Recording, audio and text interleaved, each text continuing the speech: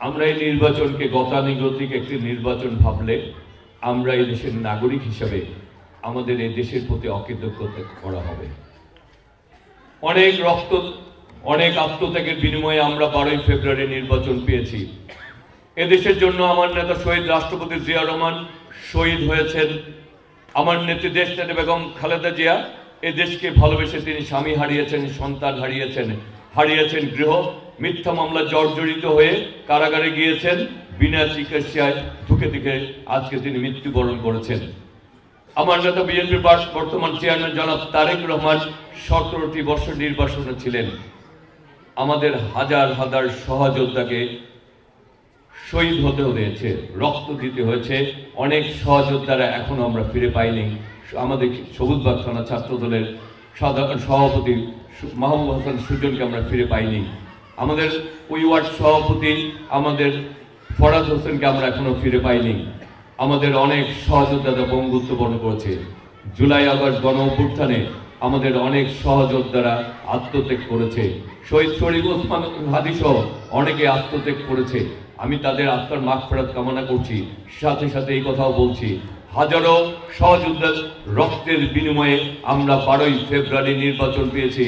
এই নির্বাচনে আমাদের এদেশের নাগরিক হিসাবে আমাদের এই বাংলাদেশকে যদি বিশ্বাস করি, বাংলাদেশের অস্তিত্বকে যদি বিশ্বাস করি, আমরা যদি একটি গণতান্ত্রিক বাংলাদেশ চাই, আমরা যদি একটি ভোটাধিকারের বাংলাদেশ চাই, তাহলে আমাদের ইমানি দায়িত্ব হচ্ছে 12ই ফেব্রুয়ারি নির্বাচনে আমরা সহ আমাদের পরিবারের সকলকে নিয়ে নির্বাচনের দিন কেন্দ্রে যেয়ে আমাদের ভোটাধিকারকে বাস্তবায়ন করা।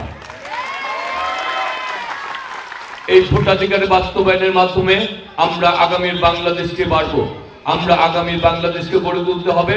আমরা একটি গণতান্ত্রিক বাংলাদেশ পাবো, আমরা একটি ভোটাধিকারের বাংলাদেশ পাবো, আমরা আমাদের অধিকারকে বাস্তবায়ন করতে পারবো। আমরা যদি ব্যাপক ভোটের মাধ্যমে আমাদেরকে ভোটকে বাস্তবায়ন করতে পারি, তাহলে আমরা আমাদের এই বাংলাদেশের প্রতিটি এলাকার যারা ভোটের মাধ্যমে নির্বাচিত হতে পারবে, সেখানে আমরা আমাদের অধিকার আমরা বলতে পারবো। আমরা সর্বোচ্চ ভোটের মাধ্যমে আমাদের এলাকাকে জনপ্রতিনিধিকে আমরা নির্বাচিত করেছি।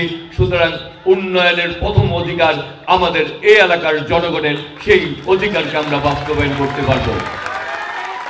দীর্ঘ 38 বছর যাবৎ আমি রাজনীতির সাথে সম্পৃক্ত। এখন আমি জাতীয় নির্বাহী কমিটির সদস্য, একসময় ছাত্রদল কেন্দ্রীয় কমিটির সাধারণ সম্পাদক ছিলাম। ঢাকা মহানগরের ভারপ্রাপ্ত সাধারণ সম্পাদক হিসাবে প্রথম যুগ্ম সম্পাদক হিসাবে দায়িত্ব পালন করেছি। ঢাকা মহানগর ছাত্র দলের সভাপতি, সাধারণ সম্পাদক এবং আহ্বায়ক এবং সাংগঠনিক সম্পাদক হিসাবে দায়িত্ব পালন করছি।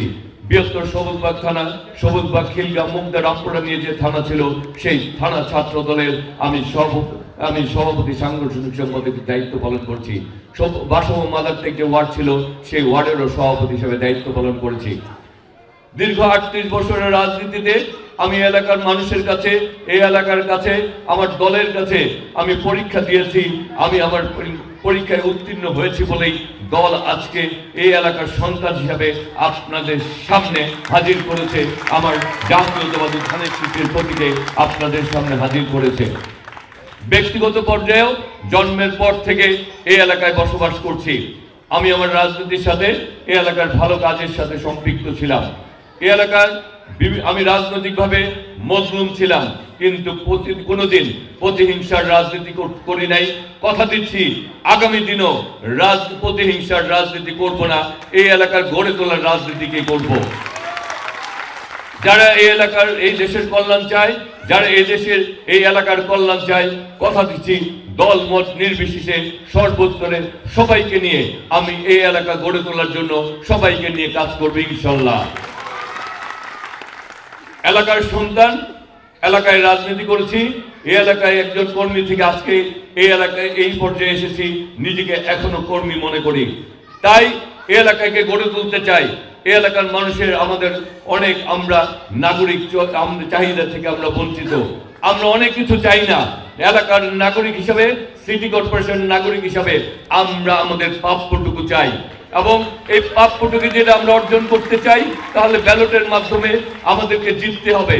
আর এলাকার সন্তান হিসাবে অতীতে আমাকে যেভাবে পেয়েছেন, অতীতের পরীক্ষায় যদি আমি উত্তীর্ণ হই তাহলে আগামী 12ই ফেব্রুয়ারি নির্বাচনে আপনাদের ভোট চাই। যদি সেই পরীক্ষায় ব্যর্থ হই আপনাদের ভোট আমি চাই না।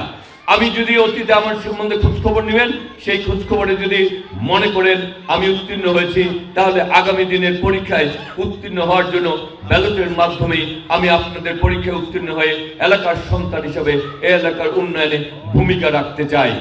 আগামীর বাংলাদেশ হবে ঢাকা নয়, হবে একটি মাদক মুক্ত, সন্ত্রাস মুক্ত এবং চাঁদাবাজ মুক্ত একটি ঢাকা নয় আমরা করতে চাই।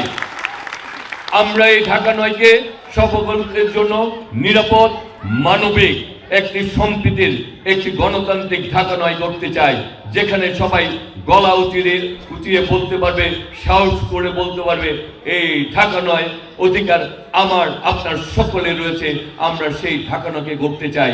সেই কারণেই তো আমরা বলি আমার আগে আমরা, আমাদের আগে দেশ, ক্ষমতার আগে জনতা, সবার আগে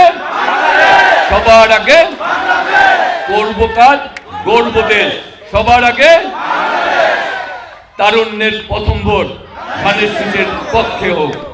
ভোট দিলে ধানের শীষে দেশ গড়ব, ভোট দিলে ধানের শীষে দেশ গড়ব।